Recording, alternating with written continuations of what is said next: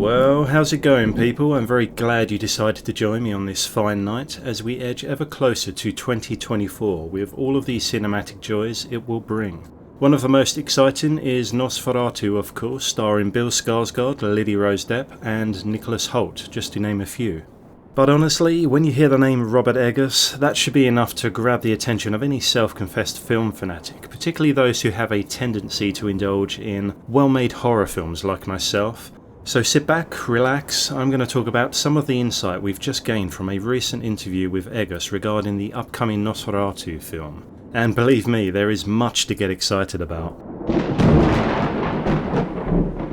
Now, although the last two films from Eggers were not strictly horror, The Northman and The Lighthouse certainly had moments that were deeply unsettling and rife with uncomfortable tension throughout these wonderfully made films.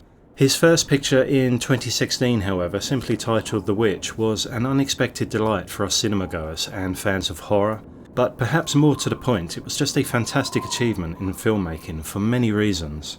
It had this very earthy and extremely gritty sense of realism in an age not too long past, yet distant enough that it suitably fell within humanity's faded memories of the colonisation of the West. In doing so, the film managed to evoke an eerie sense of mystery and wonder throughout, while simultaneously keeping us engrossed with the hardship and plight one must endure to survive this time of harsh living.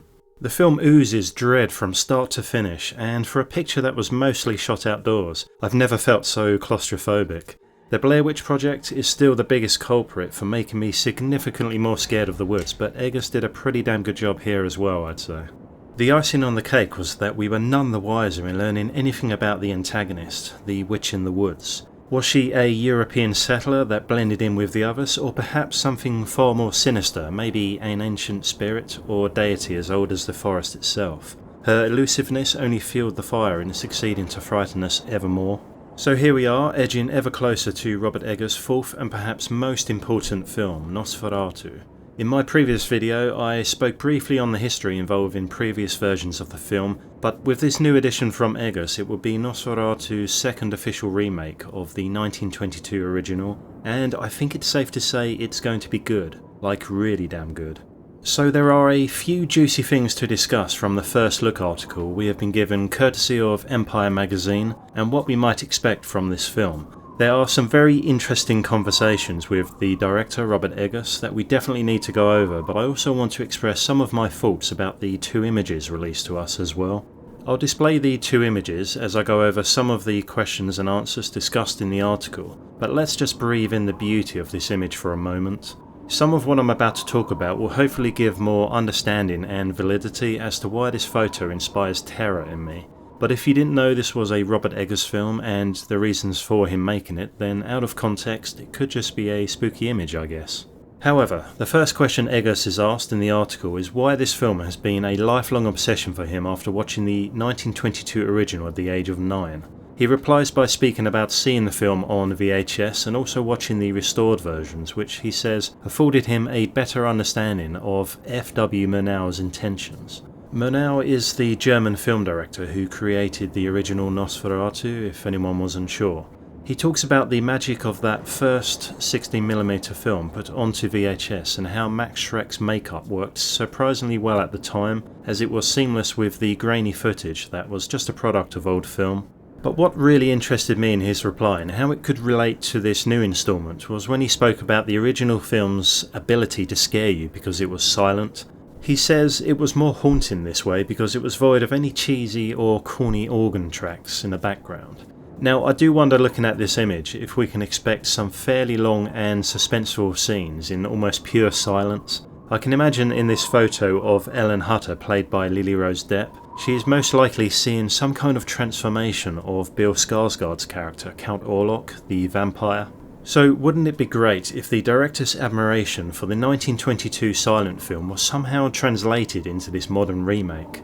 In the photo we can clearly see the classic elongated and creepy fingers casting a very disturbing shadow, so I'm trying to visualise the scene as it could play out, in which there is no dramatic music or audio cues to dictate to us how to feel and when. The only sounds are that of background ambience and frantic breathing from Ellen, which slowly escalates as she tries to process the realisation that Count Orlok is anything but human. As long as Lily Rose Depp is able to portray enough emotional distress, then I believe scenes like this, directed by Eggers, could provide something fresh and well needed within the horror genre that, quite frankly, I wish would set a new bar by now for other filmmakers to follow in. So if it plays out this way, and I hope it does, because although music can play a monumental part in establishing an emotional connection to the story and characters, I'm also reminded of other films like Alien when Ripley is preparing to escape the shuttle at the end of the film.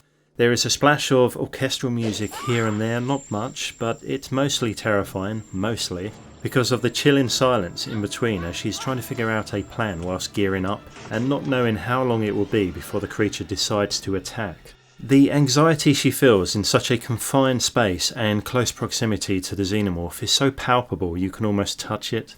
I love these rare moments in films that almost make you hold your breath until the scene is over. So perhaps it's not such a wild speculation to assume silence will play an integral part in scaring us. The second image shows Thomas Hutter, played by Nicholas Hoult, standing behind a hunched over Count Orlok, grasping his face with his hand. Although the vampire is out of focus, it's still very clear how far they've decided to go with the makeup, and I'll discuss that later in the video, but it appears Bill Skarsgard will pretty much be unrecognisable. He goes on to talk about how he adapted Nosferatu into a high school play and received recognition for it, allowing him to go on to direct a more professional version of the story in theatre. He also speaks about the dream of making it into a film, which he's been obsessing over since his early 20s. So it's wonderful to hear how much this project means to him, especially as talented as he is, and how far he's willing to push the boundaries of filmmaking. He also said in an interview recently that Nosferatu was his biggest challenge yet. I'm trying to go beyond what I'm capable of, Eggers explains. As always, it's a difficult shoot. Last night we were doing a scene on a ship with lots of rain and waves, and the deflector, which tries to blow rain off the lens, was breaking down and fogging. We did one scene in a nice topiary garden by a chateau, and we were like, what are we doing here? Now these are great comments, because when talented and visionary filmmakers take a risk and work outside of their normal comfort zones, this is how we get extraordinary films that push the envelope and continue to entertain future generations. I would rather accept the possibility of a failed movie over the tried and true safe and boring formulas that so many filmmakers abide by these days. Where's the spirit of exploration in that? He was then asked, Dracula sort of belongs to everyone and is very much open to interpretation. What was it about Nosferatu that you wanted to do as opposed to just another Dracula film? In his reply, he talks about how Nosferatu is closer to vampire folklore than Dracula. Although Bram Stoker steeped himself in Transylvanian folklore, it was very much his interpretation of vampire mixed with things that were coming out of 19th century literature at the time, mostly from England. Now, we've all seen where the Dracula path has led since then, into movies like Twilight and so forth. But it's fascinating for me that he's going back to the source, set in the 1830s, far removed from any modern corruption. There have been so many films about vampires, so many versions of Dracula that have distorted and perverted historical folklore so much that I honestly couldn't tell you what is true and what isn't anymore. When I say true, I of course mean in terms of folklore. I don't actually believe vampires exist. I'm not weird, I promise. So there is something about the history of it all that is incredibly appealing for me.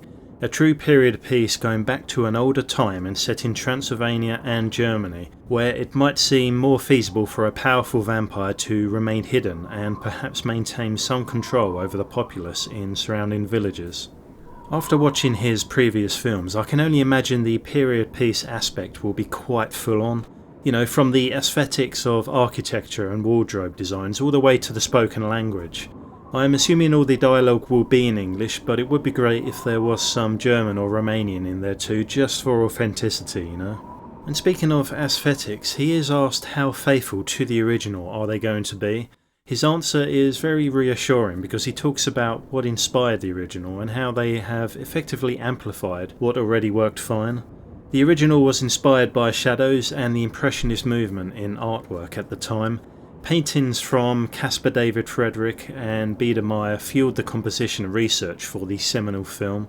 I love that Eggers has chosen to stay true to the roots. It sounds like he wants to respect and pay homage to the aesthetics that once had great influence, whilst demonstrating his own ability to progress the style even further, which I'm sure will immerse us fully into this world, and I really cannot wait to see this in cinema now. The next question asks about Eggers' take on Count Orlok, and how Bill Skarsgard will play him. He basically responds by saying there will be traces of Max Schreck's original, and Bill even wanted to add something from Klaus Kinski, who played Count Orlok in Werner Herzog's 1979 remake, mainly because he wanted to honour who came before, but these elements are subtle. The focus was to make Count Orlok even more of a folk vampire. He describes how he looks like a dead Transylvanian nobleman, which I can only assume will be fairly hard on the eyes perhaps. He ends by reflecting on the possibility that Bill may not get the recognition he deserves because he has become so transformed that he's just not there, he says. Sounds great to me. I'm sure some of you may have your doubts about Bill Skarsgard taking on the mantle of Count Orlok in Nosferatu. But forget about scary clowns for a moment. Bill does have this tremendous ability to control and contort his face in ways that are scary, as well as being a damn fine actor. Combined with the heavy makeup involved making me look like a dead nobleman, as Eggers says. The prospect of seeing him this way and how he will perform as the vampire excites me a lot, I have to say. I honestly don't have a shred of doubt going into this film now, and we've yet to watch a trailer, so I'm very hyped to travel back in time and be immersed in this world. They also discuss Lily Rose Depp playing the character of Ellen. Eggers shares with us that it will be even more of Ellen's story than ever before, and Lily Rose Depp is absolutely phenomenal, he says. Okay, so obviously the director is going to promote his film and the actors who star in it, but I think a lot of people might have been worried about Lily Rose simply because she is a newcomer. And not just a newcomer, but a newcomer in Robert Eggers' fourth film, which just happens to be Nosferatu. So I completely understand the skepticism, but with Eggers' talent as a director, along with a full cast of seasoned actors to support and elevate her performance, which I'm sure they will, I think she'll do more than just fine and surprise us all. I loved her performance as Catherine in The King on Netflix, but then again, I've not seen her series called The Idol, which I hear is a bit sleazy and doesn't have the best reviews, but whatever. I can't wait to see her abilities put to the test, as well as the rest of the cast, such as Willem Dafoe for instance. My god, what a legend, and maybe one of the most strange and complex actors working in the industry today. I have no idea what he'll bring to the character of Professor Albin Eberhard von Franz, other than an impressive beard, he has told us, and, well, no doubt he'll shine once more and possibly bring a new meaning to the term mad scientist. The next question undoubtedly reaffirms why Eggers is an important director and why I'm so happy he's taken on the monumental task of re-establishing a connection with multiple generations today to one of the most important horror films of the last century. So after being asked if the film is still how he first envisioned it whilst working in post-production, he replies, yes, it's still the film he's been wanting to make for many years, but because the project is demanding and ambitious, and the fact that he's managed to surround himself with a really strong team, he was then able to push himself and his collaborators to achieve amazing results. Now, from a fan perspective, this is wonderful to hear. I really am sick of hearing about some of the negativity that gets reported from film sets, especially when it comes to big franchise movies that have more financial pressure. So when we discover that one of the most interesting directors working today found a safe haven on his film set to stretch his legs creatively, with an amazing and collaborative team on his side. Come on, give me this movie now please, it's gonna be great. Lastly, he is simply asked if the film is going to be scary and if he intends to scare the shit out of people. A crude question, but to the point, I like it. He replies, yes, it's an old school gothic horror movie and there hasn't been one that was actually scary in a long time, and he believes the majority of audiences will find this to be the case. Excellent news. I personally would have far less interest in the film if it was more focused on going down the path of love and romance, etc., which I realise there will be elements of, but to hear he intends the film to be a true gothic horror that will scare the audience is very reassuring for me. I get the overwhelming sense that this picture will have all the correct ingredients needed to magically transport us back to the early 1800s, with a very dark and gothic setting being the vibe here. I cannot wait to see what they have achieved with the cinematography in places like Transylvania and the fictional German town of Wisborg. I actually believe it's impossible for Eggers to make any mistakes at this point. I know he doesn't have a ton of films under his belt, but he seems to be a director that knows what he wants and always achieves the means to bring his vision to life.